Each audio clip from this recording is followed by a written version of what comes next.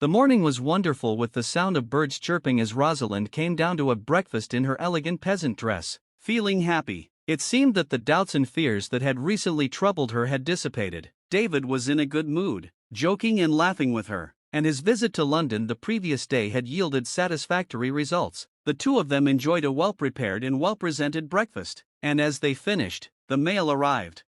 There were 7 or 8 letters for Rosalind in the mail, including bills, charity appeals, and some local invitations. There was nothing of special interest. David set aside 2 small bills and opened the third envelope. The letter, like the envelope, was written in large, clear letters. Dear Mr. Hunter, I believe it is better to address you rather than your sister and Mrs. Claude, for fear that the contents of this letter might be a shock to them. In short, I have information about Captain Robert Darley. Your sister might be pleased to hear this. I am staying at the Stag Hotel, and if you visit me there at your convenience, I will be happy to discuss the matter with you. Sincerely, Enoch Arden. David Hunter's voice was strained as he read the letter aloud. Rosalind looked up at him, smiling, but her expression quickly turned to one of alarm. She said, David, what's the matter? He extended the letter to her silently. She took it and read it, then said, But, David, I don't understand what this letter means. You can come with me, can't you? She looked at him in panic and said, David, does this mean, what does it? David's mind was racing quickly and farsightedly. He said, Don't worry, Rosalind, there's no need to be concerned. I'll handle this. But does this mean?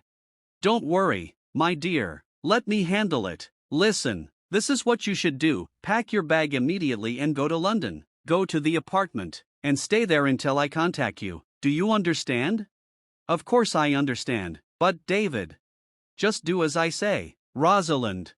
Then he smiled, trying to be reassuring, and added, Pack your bag, I'll take you to the station. You can catch the 10:32 train. Tell the doorman at the apartment building that you do not wish to see anyone, and if someone asks about you, let him say you are out of town. Give him a tip. Do you understand? Shouldn't I be here, David? Of course not, Rosalind. Use your head. I need to be free to deal with this man, whoever he may be. Do you think that this means? I don't think anything right now. The important thing first is to get you out of the way. Then I can figure out our situation. It's vital that you be a good, obedient girl. Don't argue.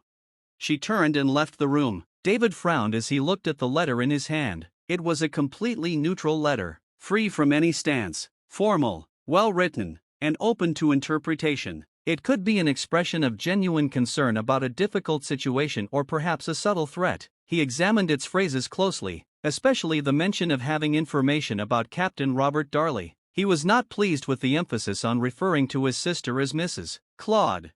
He glanced at the signature, Enoch Arden. Something stirred in his mind, a poetic memory, a line of poetry. When David entered the Stag Hotel lobby that evening, he did not see anyone in the lobby as usual. On the left side, there was a door marked coffee room, and on the right side, a door marked lounge. Ahead, there was a door marked guests only in shiny lettering, and to the right of the entrance, a corridor led to a glass-fronted reception area. The hotel was typically deserted except during mealtimes. This time, a third press of the bell caused Miss Beatrice Lippincott to appear from the reception area, her hand resting on the counter. She greeted David with a polite smile, saying, Good evening, Mr. Hunter. It's a bit cold for this time of year, isn't it? Yes, I suppose it is. Is there a Mr. Enoch Arden staying here? Let me think. She said this with a feigned lack of knowledge, a technique that she had found to enhance the hotel's importance. Yes, Mr. Enoch Arden. His room is on the first floor. You won't have trouble finding it. Mr. Hunter, go up the stairs. Do not proceed down the corridor, but turn right, then go down 3 steps. After following these complex instructions, David found room number D. He was greeted by a voice inviting him to enter. He went in and closed the door behind him. Beatrice Lippincott left the reception area and called out, Lily. A girl with a pale face, as if boiled sour grapes, responded to her call. Stifling a silly laugh, Beatrice said to her, Could you stay here for a while? I need to attend to some sheets. Yes, Miss Lippincott. Then she burst into laughter and added, I find Mr. Hunter very handsome," Miss Lippincott said with the tone of someone who has seen it all in life. "Ah, I've seen many like him during the war, young pilots and their ilk who were at the airbase. I could never really trust the promises they made. They have a way of behaving that makes one trust them despite what one's feelings and instincts might say. But of course, I differ from others in this matter, as what matters to me is origin and social standing, which I always focus on. A gentleman is a gentleman even if he drives a tractor." With this eye-catching statement, Beatrice left her colleague Lily and climbed the stairs. In room number 5, David Hunter stood in front of the door, waiting for the man who signed his letter as Enoch Arden. The man was in his 40s, and from his appearance, he seemed to have spent a life of travel and adventure, and there was an air about him suggesting he had lost his position or fortune. Overall, he was a different kind of client. This was David's initial impression, and beyond that, it was not easy to gauge the man who began as a mystery.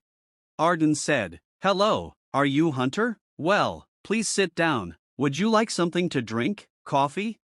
David noticed that the man was sitting comfortably, with the coffee pot and fire burning in the hearth on this chilly spring evening. His clothes were not of English tailoring, but he wore them as an Englishman would. The man was also of the appropriate age. David responded, "Thank you, I'll have a cup of coffee." "And sugar?" "Just a spoonful." They were somewhat like two dogs, maneuvering to determine their position relative to each other, circling around each other, with their worlds stiffened and the hairs on their backs bristling, ready to become friends, but also prepared for growling and biting. Arden said, "Go ahead." The two men drank from their cups and returned them to the table, then relaxed for a moment as the first round ended. The man who called himself Enoch Arden asked, "Did my letter surprise you?" "Honestly, I never understood it." "Well, perhaps you didn't. I understood that you knew my sister's first husband, Robert Underhay." "Yes, I knew Robert quite well." Arden smiled and puffed clouds of smoke into the air as he relaxed lazily and added, "I knew him as well as anyone could, but you never met him, did you, Hunter?" "No, I didn't meet him." "Well, perhaps that was for the best." David asked sharply, "What do you mean by that?" Arden responded simply, "My dear friend, it makes everything much simpler. That's all there is to it. I apologize for asking you to come here, but I thought it best to keep Rosalind out of the whole matter. There's no need to cause her unnecessary pain." "May I get into the subject?" Of course. Well then, have you ever suspected that there was something suspicious about Underhay's death?" "What do you mean, for heaven's sake?" "Well, Underhay had some rather strange thoughts. Perhaps it was chivalry and gallantry, or perhaps he had entirely different reasons, but one can see that at a certain moment years ago, certain benefits might have arisen for Underhay if he were considered dead. He was adept at guiding the native people and would have had no trouble concocting a plausible story with all the details supporting its truth. All he would have needed was to reappear somewhere 1,000 miles away under a new name." "That seems like a very strange assumption." "Really? Is that how you see it?" Arden leaned forward and patted David's knee, saying, "Can you assume it to be true, even just for the sake of argument?" "It would be my concern to ask for conclusive evidence." "Well, there is of course no final proof, but Underhay himself could appear here in Rosamund's place. How do you see that as evidence?" David said curtly, "That would at least be a conclusive piece of evidence, but it would be rather embarrassing. I mean, for Mrs. Claude, I must admit that it would be somewhat dreadful. My sister married for the second time with all honesty and integrity. Of course, my dear friend, of course, I don't argue with that for a moment. Any judge would say the same thing. She can't be blamed in any way." David asked sharply, "A judge?" The other man, almost apologetically, said, "I was thinking of a charge of bigamy." David asked harshly, "What exactly are you getting at?" "Don't get agitated, my friend. All we want is to work together to determine what is best for your sister. Of course, no one desires a lot of dirty scandal. Underhay was always the chivalrous type." He paused briefly and added, "And he still is." David asked sharply, "Still?" "That's what I said." "Are you saying Robert Underhay is alive? Where is he now?" "Do you really want to know, Hunter? Isn't it better not to know? Let's say that Underhay, as far as you know, and as far as Rosalind knows, has died in Africa. Very well, and if Underhay is alive, he doesn't know that his former wife has remarried. If he really knew, he would have appeared, as Rosalind inherited a substantial amount of money from her second husband, although she has no right to inherit any of that money. Underhay is a man with a sensitive sense of honor and wouldn't like his former wife to benefit from false claims and pretenses. He paused a moment, then added, but Underhay might not be aware of her second marriage. The poor man is in a very bad state, very bad indeed. What do you mean by in a bad state? Arden shook his head seriously, frowning, and said, he's in poor health, needing special medical care, which, unfortunately, is costly. The final word fell softly as if it were in a category of its own. It was the word David Hunter had unconsciously been waiting for. He said, expensive? Yes, unfortunately, everything costs money, and poor Andre is practically penniless. He really only has what covers his body. For a moment, David's eyes scanned the room, noting the shoulder bag hanging on a chair but not spotting a travel bag. David said with an aggressive tone, I don't know if Robert Andre was that noble gentleman you've made him out to be. The man quickly confirmed, he was once, but as you know, life makes one doubt the goodness of people. He paused and then added gently, Warden Claude was a very wealthy man, and seeing such vast riches awakens one's baser instincts.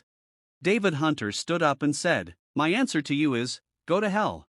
Alden, smiling and maintaining his composure, said, yes, I figured you would say that.